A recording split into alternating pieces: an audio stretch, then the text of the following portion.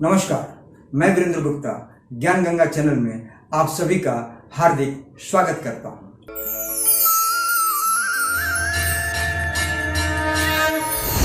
आपके समक्ष एक ऐसी रोचक कथा को लेकर के आया हूं जिसे आपने पहले कभी नहीं सुना होगा, इसलिए आप इस वीडियो के आखिरी तक बने रहें और हाँ, लाइक, सब्सक्राइब और कमेंट करना न भूलें। साथ में बेल आइकन जरूर दबाएं।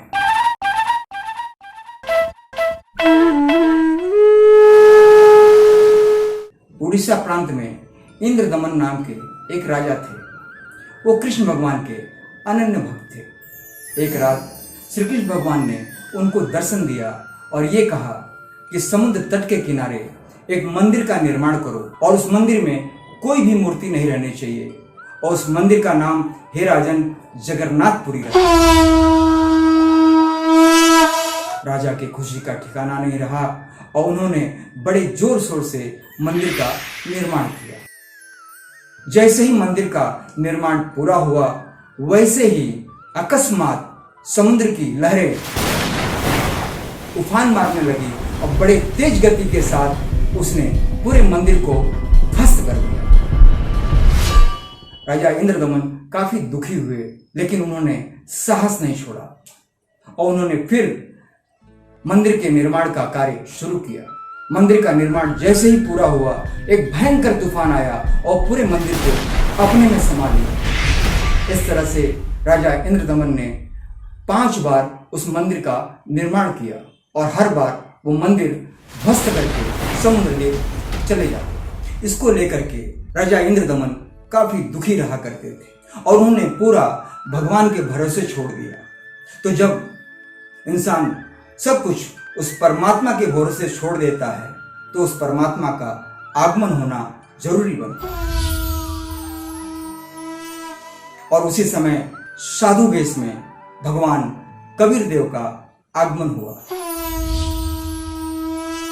और राजा साहब को संत कबीर देव ने कहा कि हे राजन, मंदिर का निर्माण शुरू करो।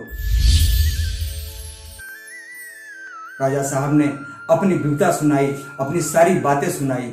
संत कबीर साहब ने कहा कि आप निश्चिंत रहिए, आप मंदिर का निर्माण शुरू कीजिए, उस तूफान को मैं रोकूंगा। लेकिन समुद्र तट के किनारे जिस दिशा से वो तूफान उठता है, उसी तरफ मेरा एक चबूतरा बनाना और उसी ऊंचे चबूतरे पर मैं आसन लगाकर बैठूंगा और देखता हूं कि तूफान कैसे इस मंदिर को ध्वस्त करता है।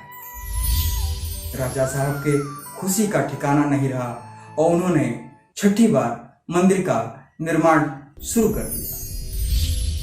मंदिर का निर्माण पूरा ही होने वाला था कि उसके कुछ ही समय पहले नाथ पंथ के कुछ सिद्ध पुरुष का आगमन हो गया और उन्होंने राजा साहब को बोला कि राजन, ये महल तो आपने बहुत विशाल बनाया है, मैं चाहता हूं इस मंदिर में मूर्ति की आप स्थापना कीजिए। राजन ने हाथ जोड़ा कि हे संत महात्मा, ऐसा मत कहिए। और राजा साहब ने अपने स्वप्न की सारी बातें उस सिद्ध पुरुष के सामने रख दी। सिद्ध पुरुष ने कहा, ठीक है, तो एक काम करो, चंदन की लकड़ी से मूर्ति की स्थापना करो। ऐसा अगर आप नहीं करोगे तो मैं तुम्हें श्राप दे दूंगा। राजा साहब डर के मारे उन्होंने चंदन के लकड़ी की व्यवस्था किया और उनके गुरुजनों ने कहा कि राजन, अगर आप मूर्ति बना ही रहे हैं तो कृष्ण भगवान अकेले कैसे रहेंगे? उनके साथ में उनके भाई बलराम जी का भी रहना अति आवश्यक है और जहां कृष्ण है, जहां बलराम है, वहां सुभद्रा का भी रहना जरूरी है। राजा को बात उचित लगी और उन्होंने कारीगरों को बुला करके मूर्ति के निर्माण का कार्य शुरू करवाया। समय आने पर तीनों मूर्तियां पूरी तरह से बन गई और अचानक ही वो तीनों मूर्तियां खंडित हो गई। राजा साहब ने उस मूर्ति को बनाने के लिए 3 बार कोशिश की और तीनों बार जब जब मूर्ति पूरा बन जाती तो अपने आप खंडित हो जाती। वो सोचा करते थे, हे भगवान, मैंने ऐसा कौन सा पाप किया कि 5 बार मंदिर का निर्माण किया और समुद्र देव ने उसे तहस नहस कर दिया, और यहाँ मैं प्रभु की मूर्ति की स्थापना करने का सोच रहा हूँ। तो जैसे ही मूर्ति बन जाती है और अपने आप जो है वो खंडित हो जाती है। राजा साहब बड़े उदास मन से राज दरबार में बैठे हुए थे और उन्होंने सब कुछ भगवान भरोसे छोड़ दिया। तो जब इंसान भगवान भरोसे सब कुछ छोड़ देता है, उसी समय उनका आगमन होता है और वो पूर्ण परमेश्वर एक बढ़ई के रूप में राजा के दरबार में अपने पूरे औजार के साथ में प्रस्तुत हुए। और राजा साहब को कहा, राजन, चिंता करने की कोई बात नहीं है, अब इस मूर्ति को मैं बनाऊंगा। संत कबीर साहब ने कहा कि मेरी कुछ शर्तें हैं। बोले, क्या शर्त है? बोले, शर्त यह है कि मुझे एक अलग से कमरा दिया जाए और उस कमरे में मैं 12 दिन तक रहूंगा, लेकिन कोई भी जब तक मूर्ति पूरी न हो तब तक कोई दरवाजे को न खटखटाए। कुछ समय के बाद नाथपंथी उस सिद्ध पुरुष का आगमन हुआ और उन्होंने राजा साहब को कहा, राजन, क्या तुमने मूर्ति बनाई? राजा साहब ने कहा, हाँ साधु जी, हमने वो मूर्ति का कार्य शुरू करा दिया है। तो बोले, चलो चलो मुझे उस मूर्ति को दिखाओ। बोले, ऐसा नहीं कर सकते, जो कारीगर बना रहा है उसने कहा है कि 12 दिनों तक मैं अंदर ही रहूंगा और कोई भी अगर दरवाजे को खटखटाएगा तो मैं अपना कार्य बंद कर दूंगा। लेकिन वो सिद्ध पुरुष नहीं माने और उन्होंने जाकर के दरवाजा खटखटाया और खोल दिया। दरवाजा के खुलते ही वो परमेश्वर वहां से अंतर्ध्यान हो गए और मूर्ति अधूरी की अधूरी रह गई। उस मूर्ति का न पैर बन पाया था और न ही उनके पूरे हाथ बन पाए थे। आज भी वो मूर्ति जगन्नाथपुरी में आपको देखने को मिल सकती है। वहां पर मंदिर का कार्य पूरा हो चुका था और समुद्र देव बड़े ही तेज गति के साथ करीबन 40 फुट की ऊंचाई पर एकदम क्रोध हालत में वो मंदिर को ध्वस्त करने के लिए आगे बढ़े, लेकिन पूरी ताकत लगाने पर भी वो आगे नहीं बढ़े, क्योंकि उस चबूतरे पर संत कबीर साहब विराजमान थे। अंत में सागर देवता को समर्पण करना पड़ा और अपने वो ब्राह्मण रूप में आए और उन्होंने संत कबीर साहब को नतमस्तक किया। संत कबीर साहब ने कहा कि आप ऐसा क्यों करते हो?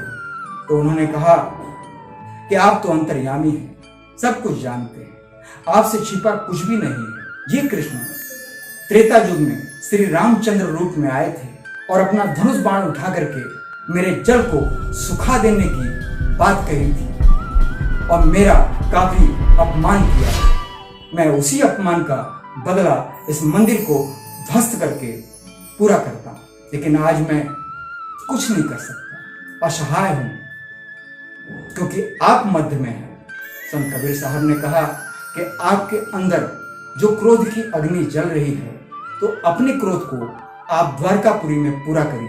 बोले, प्रभु, गया था द्वारकापुरी, आधा ही ध्वस्त कर पाया था, लेकिन किसी साधु का आगमन हो गया और फिर मैं असहाय हूं। संत कबीर साहब मुस्कुराए और बोले, वो साधु कोई और नहीं, मैं ही था।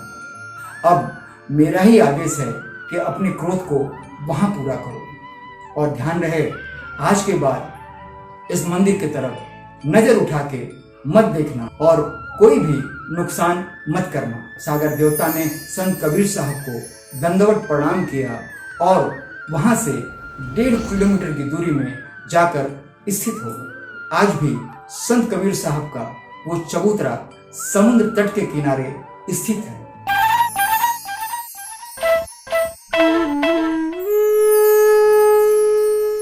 आज भी भारत की सबसे बड़ी रथ यात्रा जगन्नाथपुरी में निकाली जाती है। एक रथ पर श्री कृष्ण भगवान, दूसरे पर बलराम जी और तीसरे पर सुभद्रा जी स्थापित रहते हैं। दूर दूर से, विश्व के कोने कोने से वहां पर भक्तगण आते हैं और वहां का मुख्य प्रसाद खिचड़ी को ग्रहण करते हैं। आपको अगर ये वीडियो पसंद आया हो तो कमेंट करना, लाइक करना, सब्सक्राइब करना और बेल आइकन को जरूर दबाएं। तब तक के लिए नमस्कार। धर्म ग्रंथ, साधु और संतों, देवी और देवताओं की कहानी, तीर्थ और धाम, आस्था का संगम, ज्ञान गंगा। लाइक करें, सब्सक्राइब करें और बेल आइकन को प्रेस करना ना भूलें।